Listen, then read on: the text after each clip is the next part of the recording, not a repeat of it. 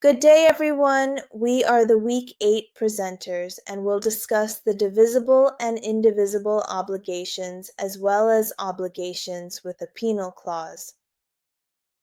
Here is our objectives for this discussion.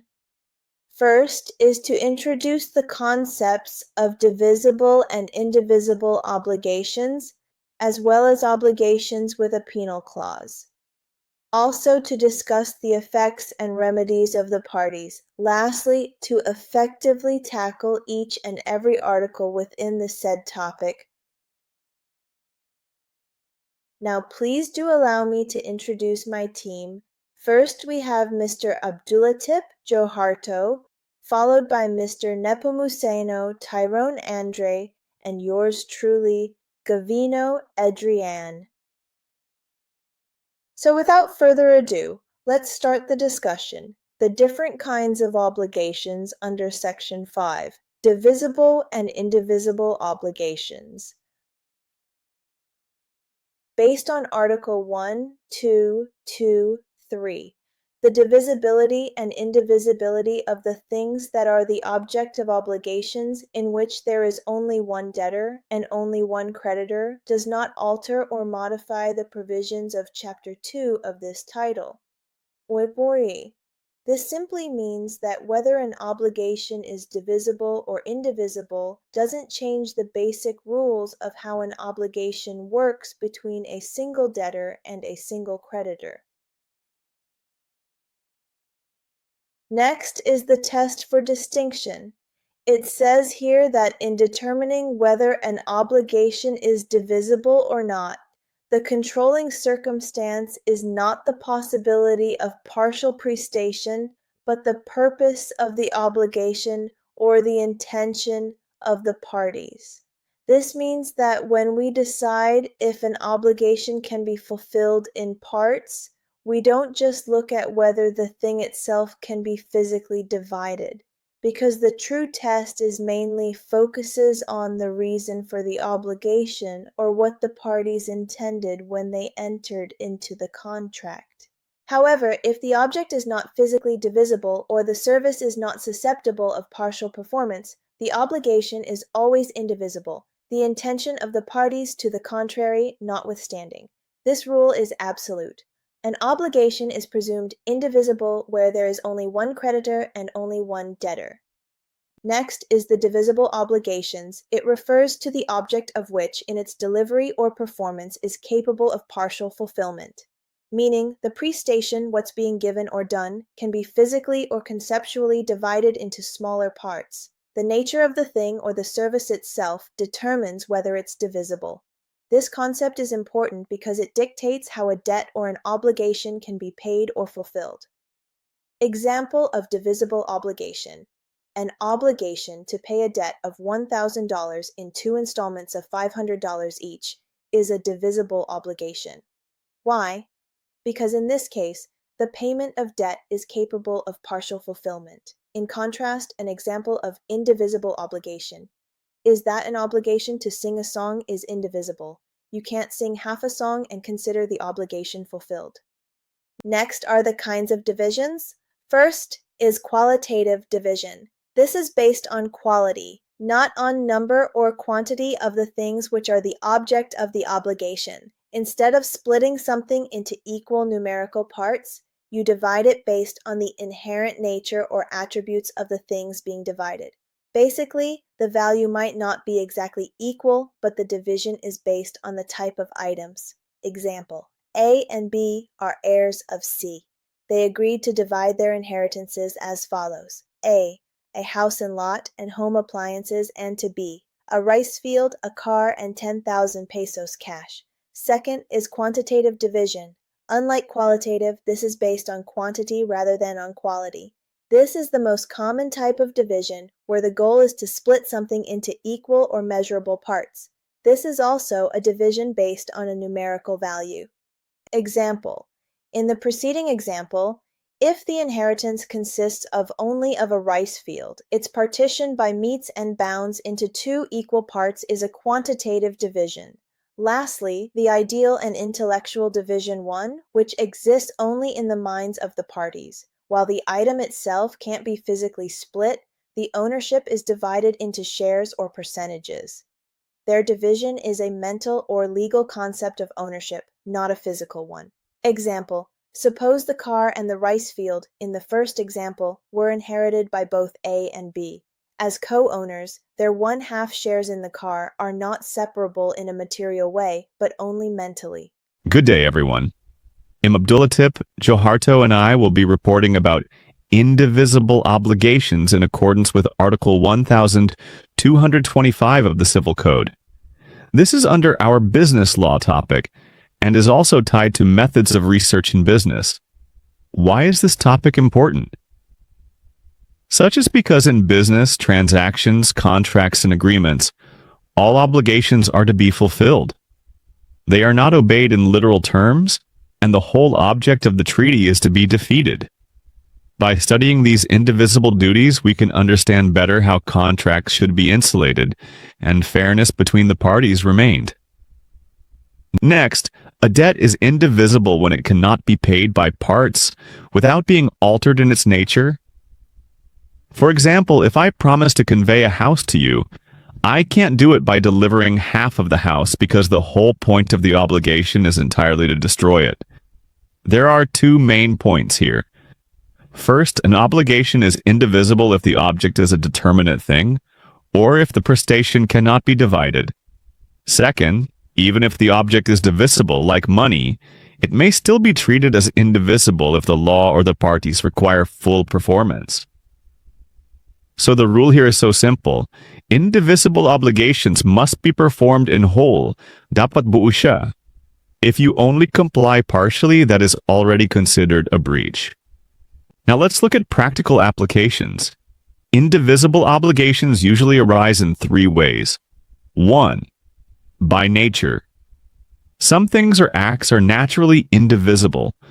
For example, delivering a single house, giving a unique electric fan, singing a song, or tailoring a suit of clothes. These cannot be divided without losing their purpose. 2. By law. Sometimes the law itself requires indivisibility. The most common example is the payment of taxes. Taxes must always be paid in full, not in parts, unless the law specifically allows installment. Pero madalas talaga pag nagbayad tayo ng taxes, buo dapat. Third, by agreement. The parties themselves may decide that an obligation must be indivisible. For instance, paying 1,000 pesos in one lump sum or delivering an entire car. Even if money is divisible, the agreement makes it indivisible. Indivisible obligations have both strengths and limitations. First is the strengths. They offer equitable treatment and protection for creditors. The creditor receives the outcome for which he bargained under the requirement for complete performance. This also prevents the opportunity of unfairness if a creditor simply allowed a non-complete performance. Limitations, however, they may be unreasonably rigid. If the debtor cannot fully perform, in some situations the law will give no significance to an incomplete performance. This could pose a significant hardship for the debtor and sometimes create disputes over the vagueness of the contract. To conclude this, indivisible obligations require full performance. Their legal basis is Article 1225 of the Civil Code. They may arise by nature, by law, or by the agreement of the parties. In business, indivisible obligations are very important because they protect contracts, ensure creditors receive what was agreed, and guarantee compliance with the law, such as in taxes. Indivisible obligations cannot be performed in parts. They must be complied with fully, dapat buo, diba? Otherwise, the obligation is not properly fulfilled. Now let's proceed to the questionnaire. What does Article 1225 mean by an indivisible obligation? It is a duty whose essence cannot be destroyed by partial performance. According to the rule, the entire performance is necessary. What occurs if a debtor fulfills an indivisible commitment only in part? Since partial performance is regarded as a breach, the creditor has the right to reject it and insist on complete compliance. Why is paying taxes regarded as an indivisible duty? Because it must be paid in full as required by law. You cannot be deemed compliant if you only pay a portion of your income tax. Section 6. Obligation with a penal clause. Penal. What is a penal clause? A penal clause is an accessory undertaking attached to an obligation that imposes a penalty, usually a fixed amount, if the debtor fails to perform the principal obligation. According to Article 1226, in obligations with a penal clause, the penalty shall substitute the indemnity for damages and the payment of interest in case of noncompliance, if there is no stipulation to the contrary. Nevertheless, damages shall be paid if the obligor refuses to pay the penalty or is guilty of fraud in the fulfillment of the obligation. The penalty may be enforced only when it is demandable in accordance with the provisions of this code. 1152AA. The penalty replaces actual damages and interest, so the creditor doesn't need to prove them. However, the creditor can demand both penalty and performance if expressly agreed, or if the debtor refuses to pay or commits fraud. Principal obligation. It is the main obligation in a contract. It can exist on its own. For example, a person borrows 10,000 pesos. The obligation to repay the 10,000 pesos is the principal obligation. It is a supporting obligation that depends on the principal obligation. It cannot exist alone. For example, a guarantor promises to pay the loan if the borrower fails. This is an accessory obligation. Obligation with a penal clause. This is an obligation where the contract includes a penalty that must be paid if the debtor fails to fulfill the obligation or delays performance. A contractor agrees to finish a house by October. 1. If not, he must pay 5,000 pesos for each day of delay. Penal clause. Penal clause is a stipulation in a contract that requires the debtor to pay a fixed amount penalty if they fail to fulfill their obligation properly or on time. For example, if the borrower fails to pay the loan on time, he will pay a penalty of 1,000 pesos. The 1,000 pesos is the penal clause, a fixed amount to be paid in case of breach or delay. Purpose of penal clause. To guarantee performance of an obligation and penalize the debtor in case of breach or delay without needing to prove actual damages. Penalty in a penal clause. It is a fixed amount or consequence that the debtor must pay or suffer if they fail to fulfill the obligation or cause delay. For example, if the contractor fails to finish the building by November 1st, he will pay 2,000 rubles per day of delay. So the 2,000 rubles per day is the penalty under the penal clause. When penalty may be in force, a penalty in a penal clause may be enforced when the debtor fails to comply with the obligation, or delays performance. For example, if a supplier agrees to deliver goods by September 30 but delivers on October 5, the penalty in the contract, e.g., 1,000 rubles per day of delay, can be enforced starting October 1. Article 1227. The debtor cannot exempt himself from the performance of the obligation by paying the penalty, save in the case where this right has been expressly reserved for him. Neither can the creditor demand the fulfillment of the obligation and the satisfaction of the penalty at the same time, unless this right has been clearly granted him.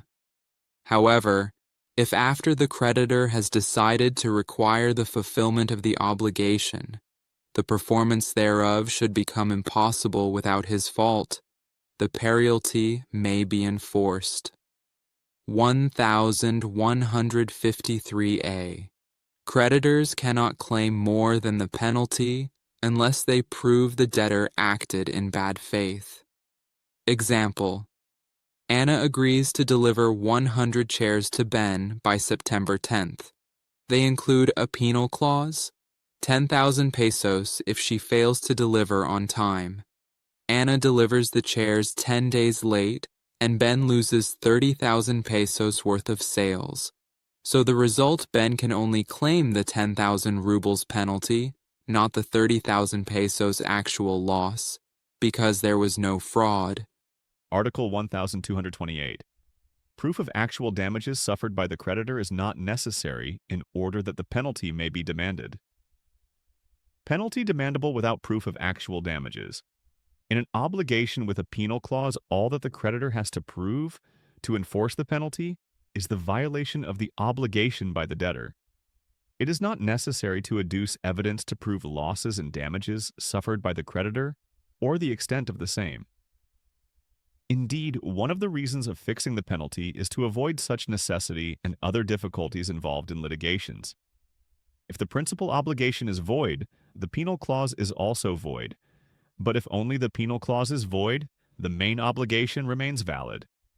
The creditor can demand the penalty immediately upon breach, even without proving actual damages. This simplifies legal processes by treating the penalty as a substitute for proving loss. For example, Mark agrees to build a fence for Julia by October 1st, with a contract clause that says, "In case of delay, Mark shall pay a penalty of 5,000 pesos." Mark completes the fence on October 10th, 9 days late, and Julia did not suffer any actual financial loss from the delay. Damages recoverable in addition to penalty must be proved. Article 1228 applies only where the penalty is fixed by the parties to substitute the indemnity for damages. In any of the three exceptions when damages may be recovered in addition to the penalty, Article 1227, the creditor must prove the amount of such damages which he actually suffered resulting from the breach of the principal obligation. If a contract has a penal clause, the penalty usually replaces the need to prove actual damages. But if you want to claim more than the penalty of the additional damages. Article 1229. The judge shall equitably reduce the penalty when the principal obligation has been partly or irregularly complied with by the debtor. Even if there has been no performance, the penalty may also be reduced by the courts if it is iniquitous or unconscionable. 1154 DOIA. If the penalty is excessive, the court may reduce it. Also, if the debtor partially fulfilled the obligation, the penalty can also be lowered. For example, a contract says the penalty for late delivery is P100,000, but the delay was only 1 day. So, the court may reduce the penalty considering it's disproportionate to the delay. When penalty may be reduced by the courts. The rule in Article 1229 is evident justice. The penalty provided for in the penal clause may be reduced by the courts. 1. When there is partial or irregular performance. Article 1230.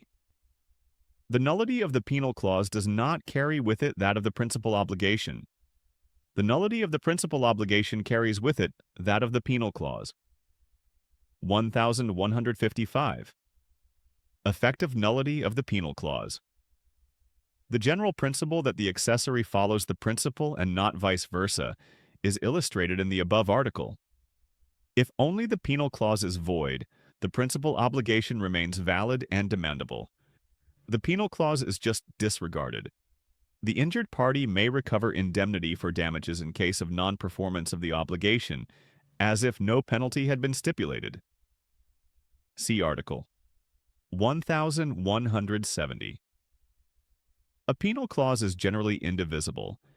Even if the obligation is partly performed, the full penalty may apply unless the court decides to reduce it. A contract may be voidable, can be annulled, if consent of one of the parties was defective, meaning it was not freely and voluntarily given. For example, Juan sells his land to Pedro, but Pedro lied and told Juan that the land was going to be used for charity, when in fact, Pedro planned to build a casino. So the contract is voidable because Juan's consent was obtained through fraud. He may go to court to have the contract annulled. Effective nullity of the principal obligation. If the principal obligation is void, the penal clause is likewise void. The reason is that the clause cannot stand alone without the principal obligation to which it is subordinated. But if the nullity of the principal obligation is due to the fault of the debtor, who acted in bad faith, by reason of which the creditor suffered damages, on equitable grounds, the penalty may be enforced. If the principal obligation is void or invalid, the accessory obligation, like a penal clause, guarantee, mortgage, etc., is also void. If a loan contract is declared void, e.g. due to illegality, then the guarantee attached to it is also void. But if only the guarantee is void, the loan, principal obligation, still stands. What is a penal clause in an obligation, and what is its purpose? Answer: a penal clause is an accessory undertaking attached to an obligation, which imposes a penalty, usually monetary, on the debtor in case of noncompliance or breach. Can the creditor demand both the principal obligation and the penalty at the same time? Answer: no. As a general rule, the creditor cannot demand both the principal obligation and the penalty. The penalty substitutes for damages and interest. When can a court reduce the penalty agreed upon in a penal clause? Answer: the court may reduce the penalty when the principal obligation has been partially or irregularly fulfilled, or the penalty is iniquitous or unconscionable, too harsh or excessive.